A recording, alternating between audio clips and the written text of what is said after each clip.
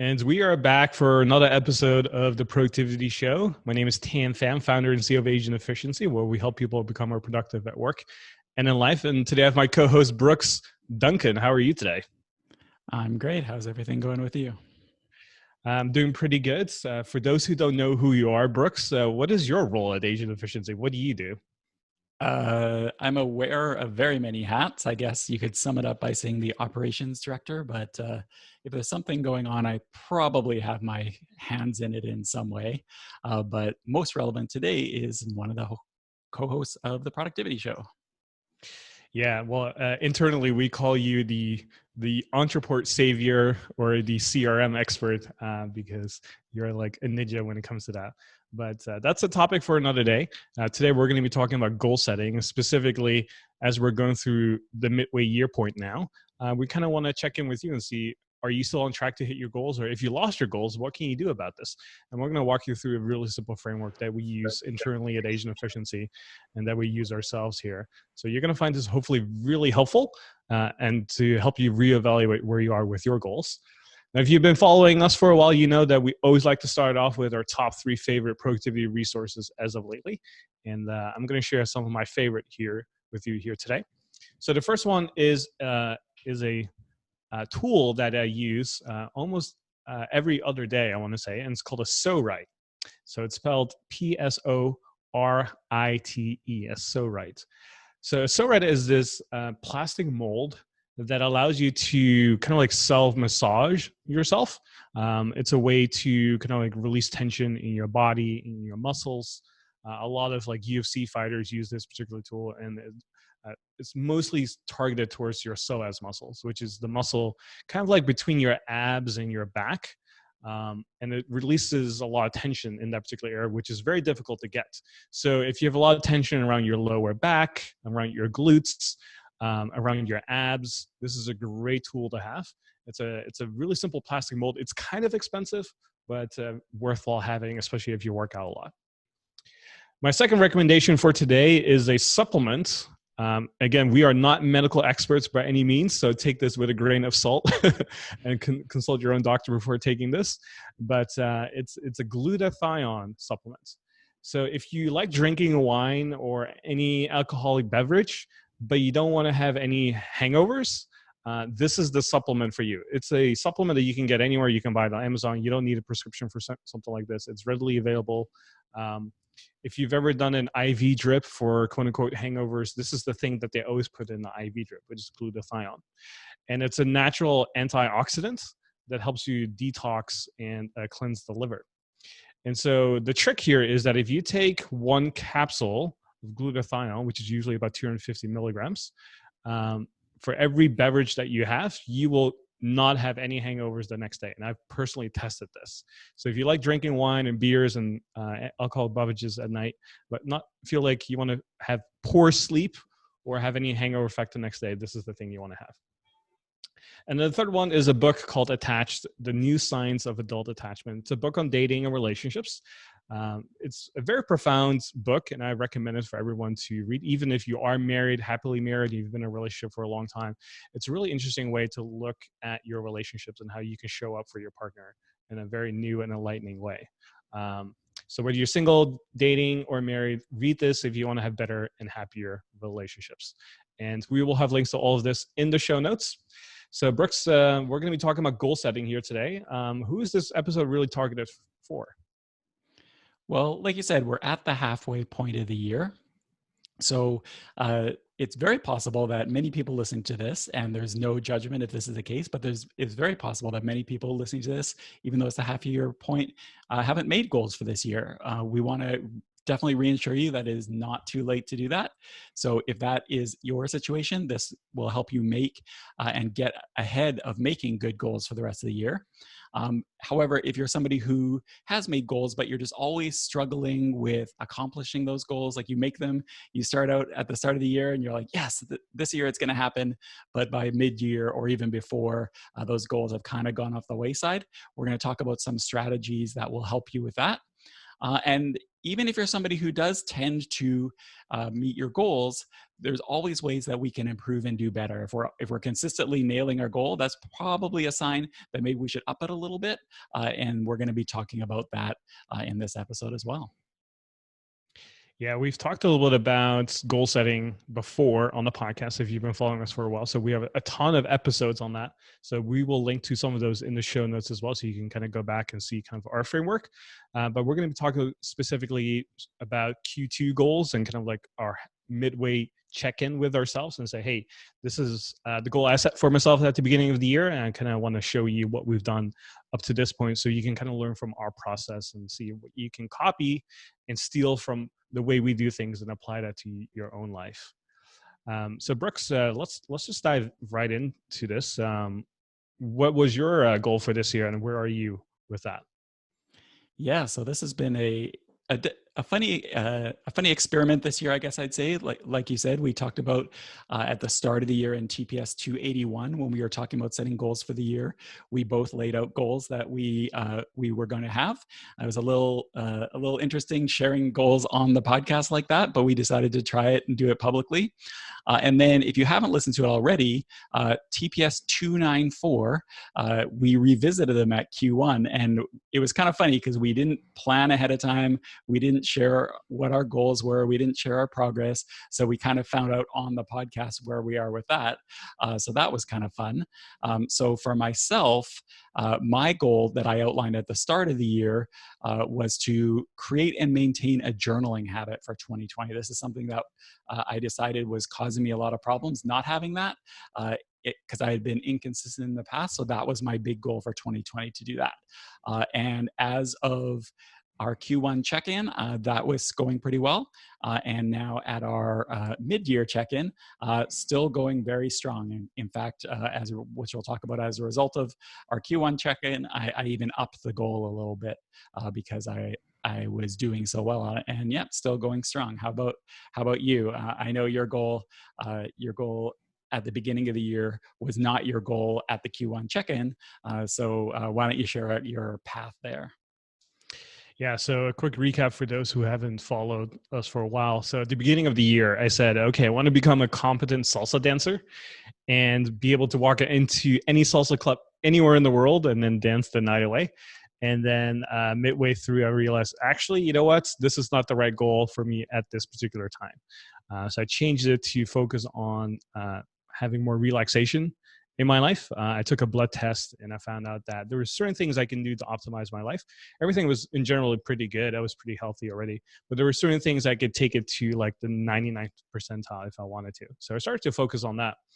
And then the funny thing is, once I started focusing on that, this whole pandemic thing started happening. And so even if I wanted to do salsa or anything like that, I couldn't do it anyway. So I kind of switched goals at the perfect moments at the right time. So I'm kind of excited to kind of share some of the lessons I've learned since then of what I've been doing and how I've been able to alleviate a lot of stress, get rid of a lot of stress, actually introduce better sleep into my life, and have been able to stick to it. Yeah, it was funny revisiting that that podcast episode, the Q1 podcast, TPS 294. It was funny revisiting that because we recorded it right before all the pandemic and quarantine stuff happened. So we had no idea when we were talking about that was what was about what was about to come. And yeah, you didn't know it at the time, but you made a very prescient pivot because there's no way, even if you hadn't already dropped that goal, there's absolutely no way that you would have been able to succeed. So yeah, we want to check in and see how things are going. And I have no idea if this is how things are going with your goal. We also are going to share what we've learned through the first half of this year and how we're applying that for the rest of the year. But before we dive into that and we start talking about this more, I want to really make the point that we know that listening to other people's goals is not is not super exciting. It's like listening to other people's dreams, right?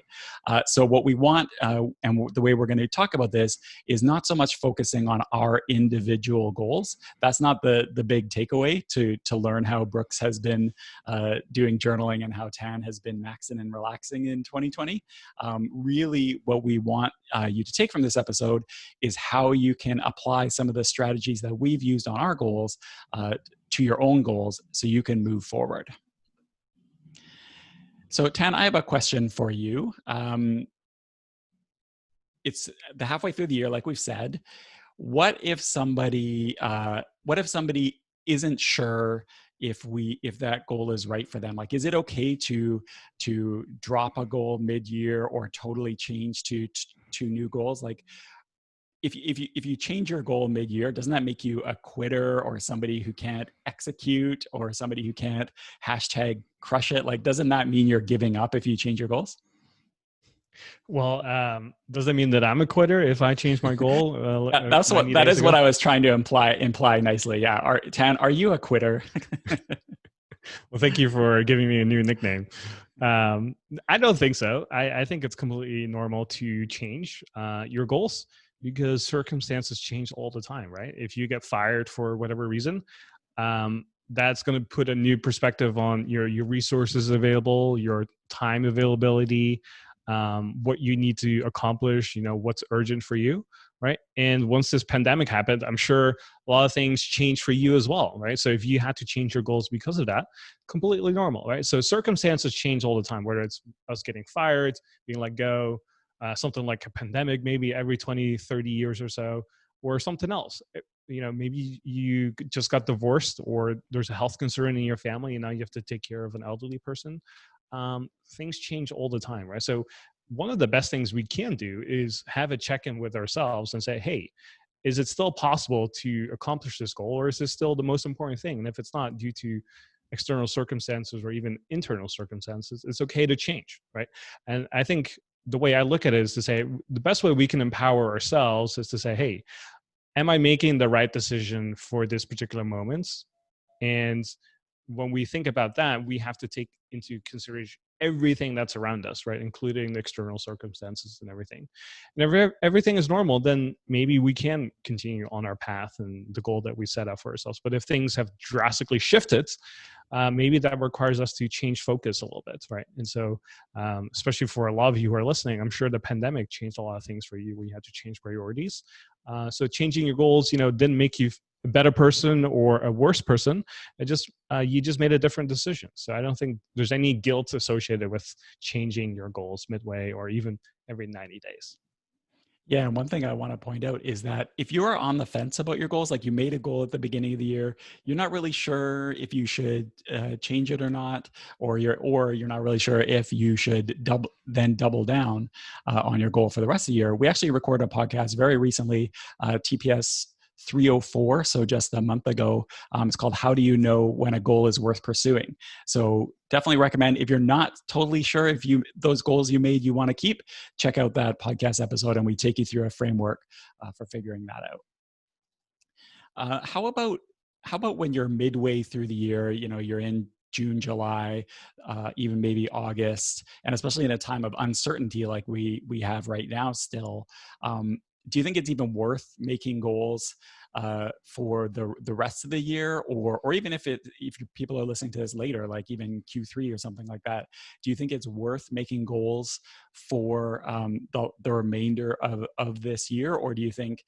people should just like ride it out and then get it refocus for the next year? What's your thoughts about how long you need to make effective goals? That's like saying, Brooks, do you want to change your life right now, or do you want to change your life next year? What's the option that you want to pick there? Do you want to be rich today, or do you want to be rich 90 days from now? What's your option there? Or what is your pick there, Brooks? I don't think it's ever too late to start anything, right? Whether we are 60 years old and we want to pursue a goal, whether it is 23, we just got out of college, we want to pursue something. The best time to start anything was yesterday, right? But the second best time is to start now. So I don't think it's ever too late. And so if you feel like you're behind, or if you are not on track as your parents hoped you would be, I wouldn't worry about that because everyone has their own journey, right? Not everyone's going to be like a millionaire before 30. Not everyone's going to be financially set for life, after 45. Everyone has their own journey and their own trajectory. So don't worry about what other people are doing.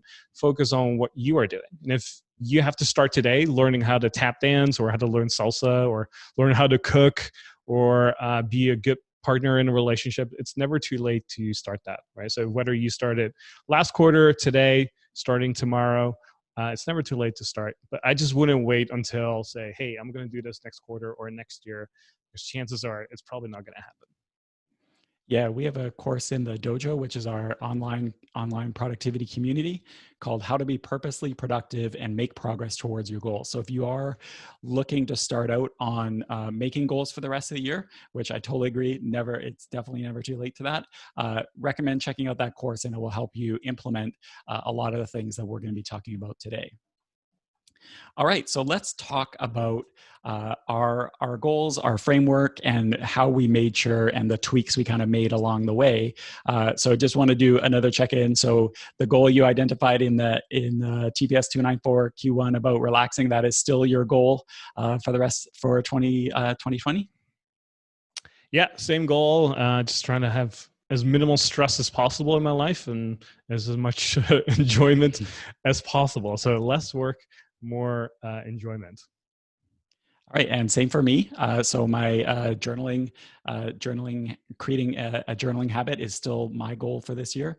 It's still rolling along, and so I want to make sure to continue that for the rest of the year. So we don't have the shock and drama that we had last at the end of Q1 with Tan's surprise change, but that's okay, because sometimes going forward on your current goal is what really helps you go farther. So no problem at all.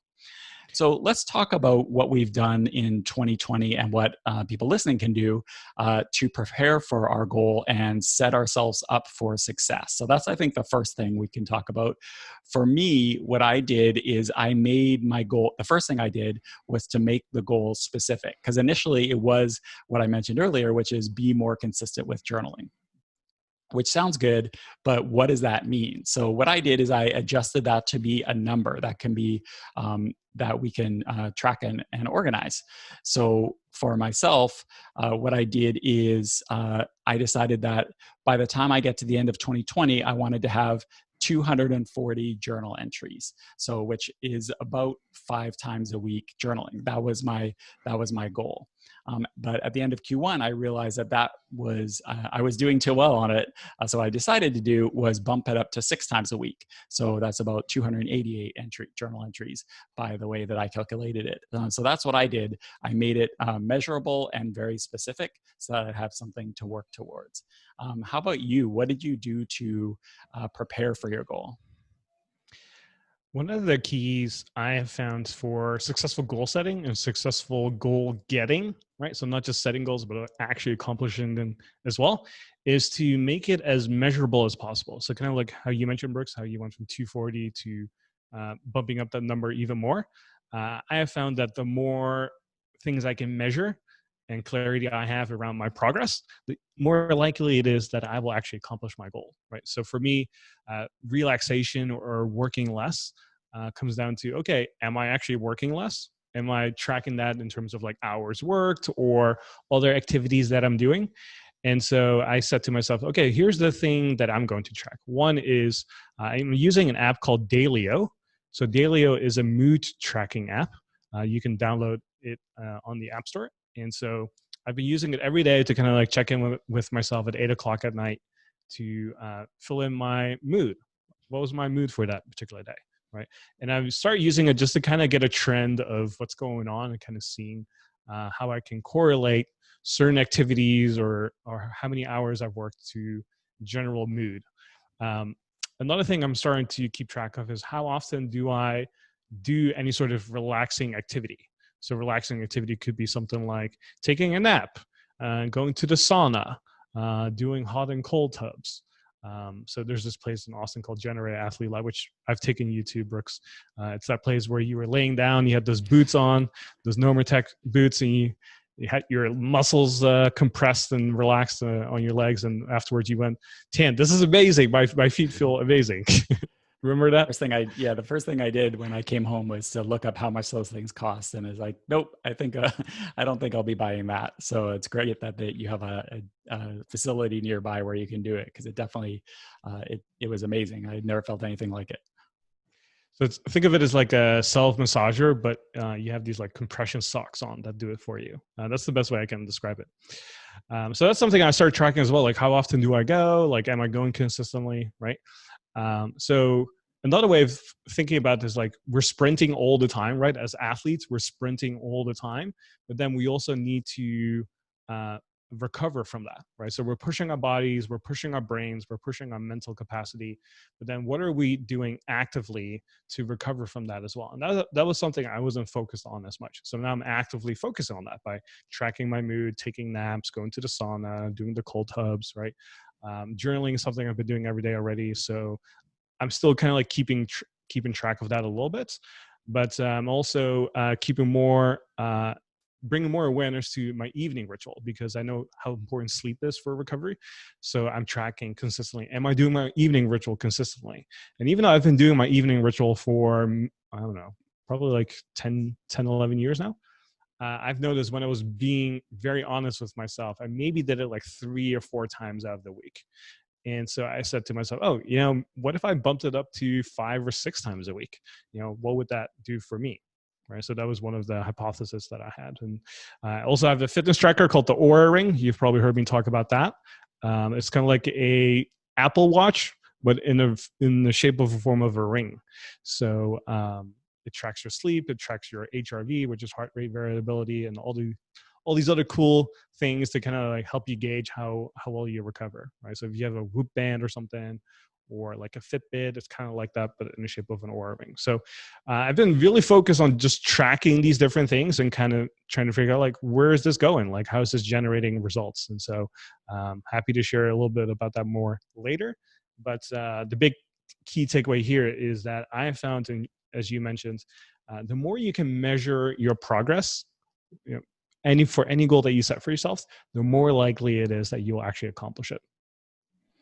Yeah, we record these episodes alongside the dojo, which I mentioned was our productivity community, and I asked, how are things going with your goal? And it's pretty interesting. Everybody who replied, Lee, Kim, Tammy, pretty much said something similar, which is earlier in the year their goals took a big hit, but now it's starting to get on track. So I think this episode is going to come out right at the right time, because people are finally are able to.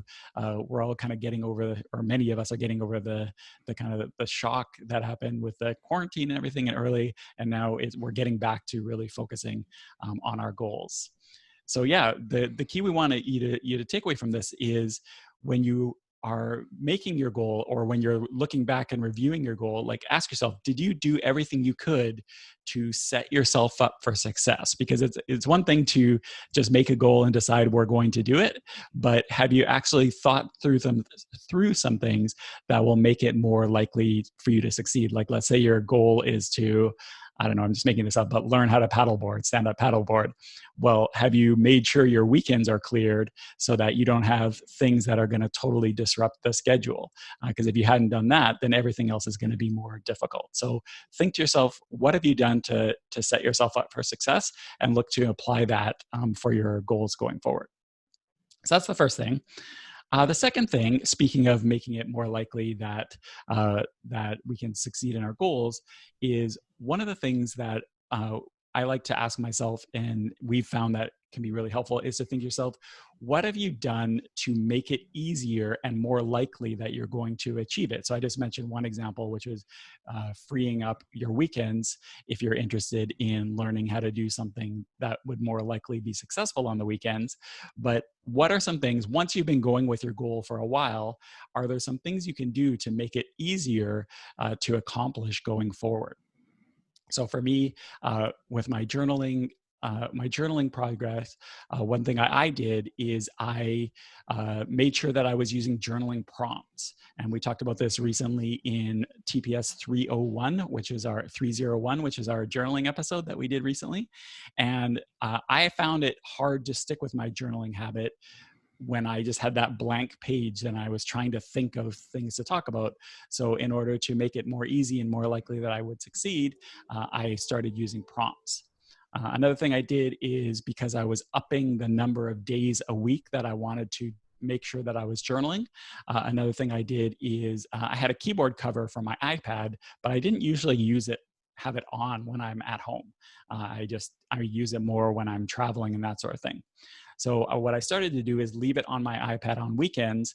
And then when I'm upstairs in the kitchen or whatever, I would just grab my iPad and do the journaling, because I had this kind of mental resistance to going down to my office during the weekends, because for me, my office is like a place of work, not a place of, not something I spend a huge amount of time in on the weekends.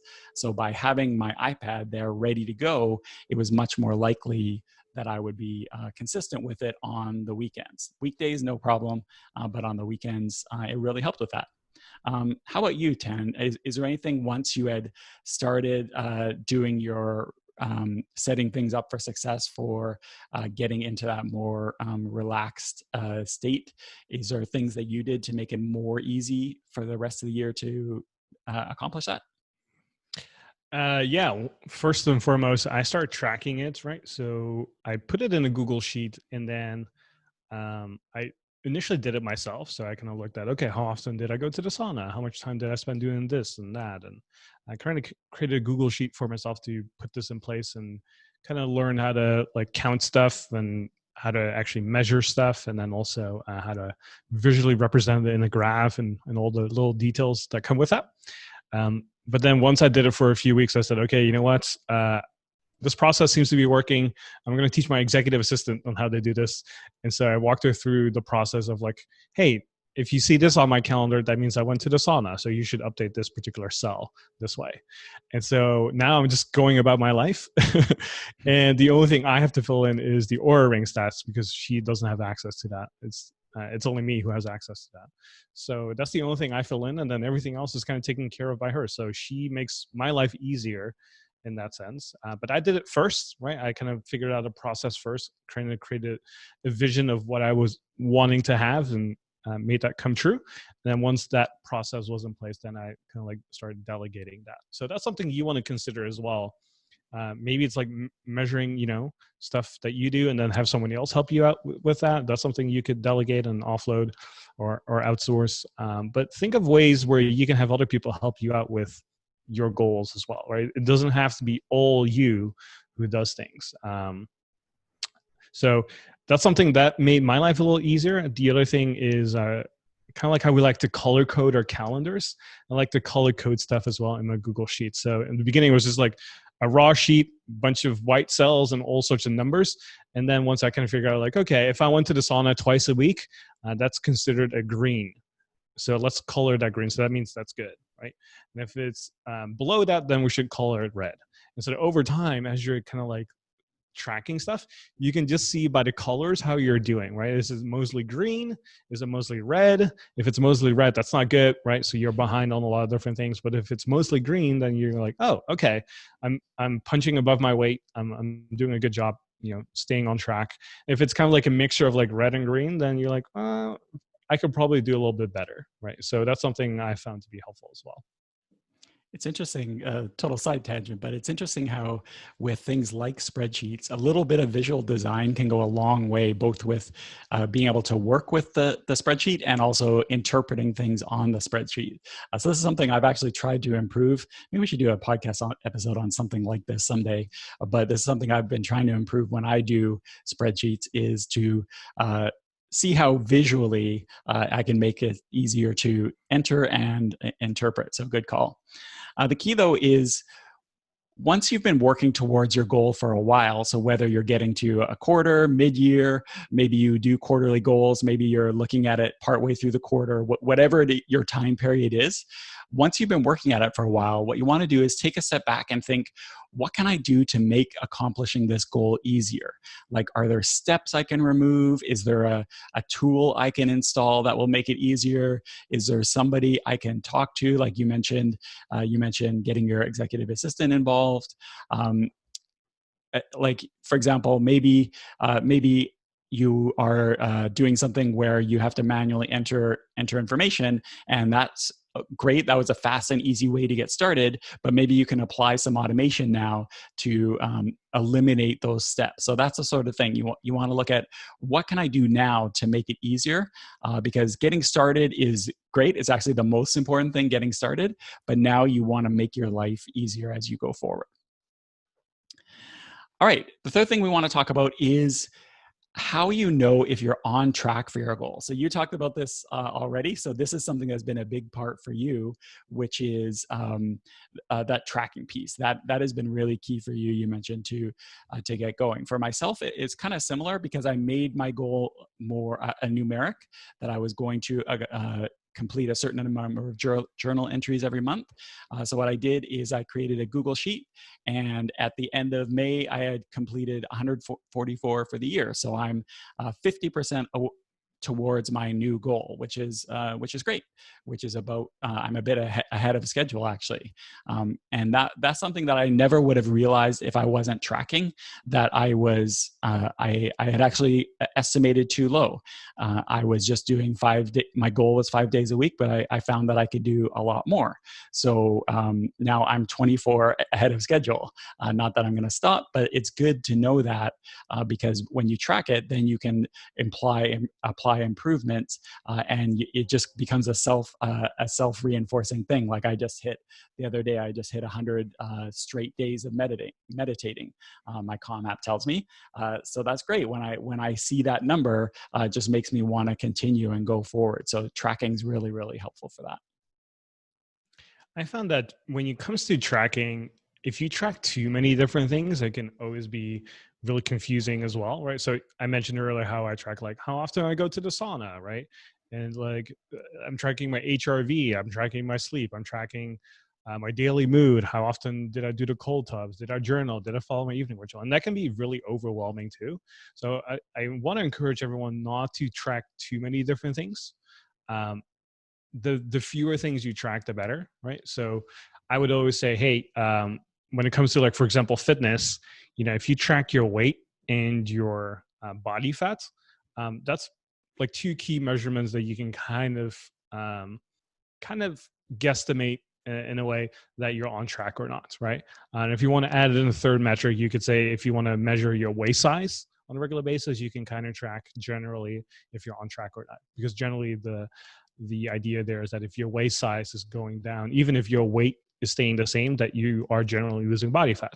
And the reverse is also true. If your waist size is going up, chances are your body fat is going up as well, right? So we want to look for those like key drivers in our goals as well, right? So even though I'm tracking all these different things, the two things I really look for the most is how often I do these relaxing activities like the sauna, and then also the readiness score in my Aura ring, because that score kind of encompasses like all these other different metrics. Because when the Aura ring kind of calculates the readiness score of how well you've recovered throughout the day or throughout the week, it takes into account the sleep, right? It takes into account your HRV levels. It takes into account like how many calories you burned the previous day, how much you walked the previous day, how intense your workouts were, blah, blah, blah, blah, right? It tracks like 50 different metrics and then comes up with one score.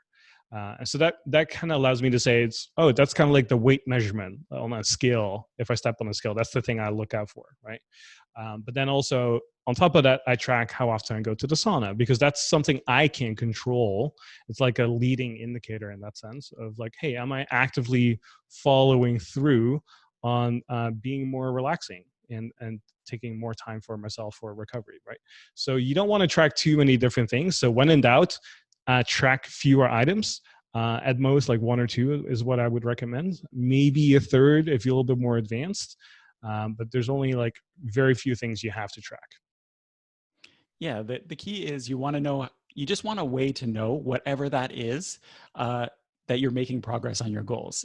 Not everything can be reduced to numbers. We totally get that. And even if things can be reduced to numbers, maybe you just don't feel like you would be consistent at tracking some number and putting it in a spreadsheet. That's fine. Like, whatever works for your particular goals. Maybe it's just saying, like you gave a perfect example. Maybe it's just saying like red, yellow, green. That's how you did towards your goal that day. Maybe you don't need to track specific numbers, but just some way so that you know you're making progress is the key.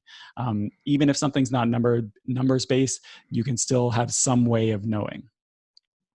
All right, so we are going to wrap up with our final thing, which is what are some learnings or improvements that we can make for the rest of the year? We're recording this and it's halfway through the year, so we still have another year to go. So we could just coast on what we're doing now and see how that goes. That is one approach. But we are all about hashtag Kaizen here at Asian Efficiency, so we always want to try and improve things a little bit. So what are some things, or on the flip side, you want to look ahead and see, are there any danger signs looking ahead for the rest of the year? Are there any things that are going to or you suspect are going to cause you problems? Because that's something you want to know too as you're going into another time period with your goals. So for myself, like I said, we're recording this in the middle of the year. It's about to be the thick of summer. Usually in the summer, there's for me personally, there's lots of distractions and disruptions because my kids are out of school. Marmel and I recorded a podcast episode all about this in TPS308. So if you're in that situation, give that a listen. We give some strategies for dealing with that. Now this year it's a little different because of the whole quarantine situation. I have no idea what this summer is going to look like, but my summer and the quarantine are good examples of how you want to take your current situation into account. We couldn't have possibly known that life was going to totally change when we recorded that episode back, TPS294, when we recorded that episode back at the end of Q1. But we do know, there are some things we do know. So I need to make sure that whatever my goals are, they make sense. One thing I've found that I think if I had to look ahead and figure out, okay, this is something that might hold me back or might make me fall off, is stopping the whole tracking in general, right? So if I skip a week or 1 week turns into 2 weeks and then into 3 weeks, that would be something that I would go, I have this negative momentum. Why does it matter at this point, right? So that's why I have this check-in with my executive assistant, because I want to offload it to her. So it's not my responsibility anymore. Now it's her responsibility. But because we have a weekly check-in, we know that, okay, this is something we're going to look at together, and if she has any questions, great. So in a way, that is my form of accountability, right? And so that's something I've kind of like anticipated, because I know, because I travel, I have lots of stuff going on. If I do all the tracking myself, I know sometimes, based on my own history and record, that sometimes I will miss stuff. And so having her helping me out is something that would kind of like alleviate that a little bit. The other thing I'm trying to figure out myself is kind of like, what's a good baseline? Meaning, if I go to the sauna twice a week, is that good enough? Or do I need to up it to 3 times a week? Or can I get away with just 1 time a week? Right. So I'm still collecting all this data and trying to figure out, like, okay, how much do I really need this? And to what extent? Same thing with my sleep. Do I need 7 hours, or can I get away with 6 hours and 32 minutes or something? Right. And early indicators are showing that if I sleep for 6 hours and 40 minutes, I'm in the green zone, but anything below than that is yellow. But that's something I'm learning about myself, right? So I'm collecting all these data points just to learn about myself, what is actually a good baseline, so that I can know that, this is what I should call a green, and this is what I should call a red, and this is what I should call a yellow or orange. So for me, it's just continuously collecting. That's why it's so important for me to have my assistant help me out, so that I don't get off track, right? So if you don't have an assistant, what if you had some sort of accountability partner that you can have a weekly like accountability meeting with, or that you check in with, or if someone just like you has goals as well, you can kind of meet up and hold each other accountable. It's one of the reasons why we create the dojo, right, which is the Asian Efficiency Private Community, because people can hold each other accountable there. They post their stuff, their goals, and want to be held accountable for that. And that's what we help with too. So that's why we or that's one of the many reasons why we started that community. Yep. So this is everything we've been talking about, right? It's setting yourself up for success. It's making things easier. It's having some sort of tracking and knowing if you're making progress.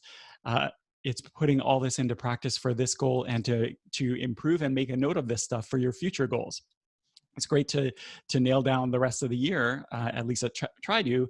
But when you're making these goals next year, you want to put these learnings into place. Coming up with ideas is one thing, but you need to put it into practice.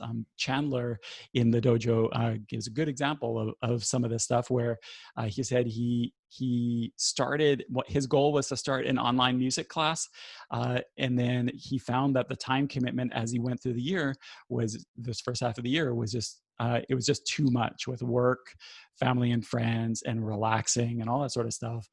So he had a few different choices, right? He could have just kept on grinding, and and probably led himself to energy problems later. But what he decided to do is reprioritize on the family and work, and then have those videos to go through on his own time versus trying to grind through the course. So that's a perfect example of taking some of these learnings that he's been doing throughout the first half of the year and applying them to the second half of the year. So Tan, what should that's what Chandler's doing. What should the people do for the rest of this year once they listen to this podcast? Yeah, as always, with the Productivity Show and anything that we do at the Asian Efficiency, which is the company behind this podcast, we always want to make things simple and actionable. That is what we are known for. And the same is true for this podcast. So what we encourage you to do is to look at your goals. And if you lost them or you don't have anyone right now to help you with this, revisit this episode, but come up with your own goals. So if you don't have any, come up with them now. It's never too late to start, right? And then look at what you can do for the rest of the year to still accomplish those goals. And if you're off track, what is something that you can do to get back on track based on the things that we've talked about today? So come up with a list of things that will make it easier for you to follow through, or make it more likely that you'll achieve the goals this year, and use the frameworks and tactics and strategies that we talked in today's episode. So if you want to find everything that we talked about today, you can go to our show notes. So if you listen to the podcast app, just swipe, you'll see the show notes there, or you can go to theproductivityshow.com/308.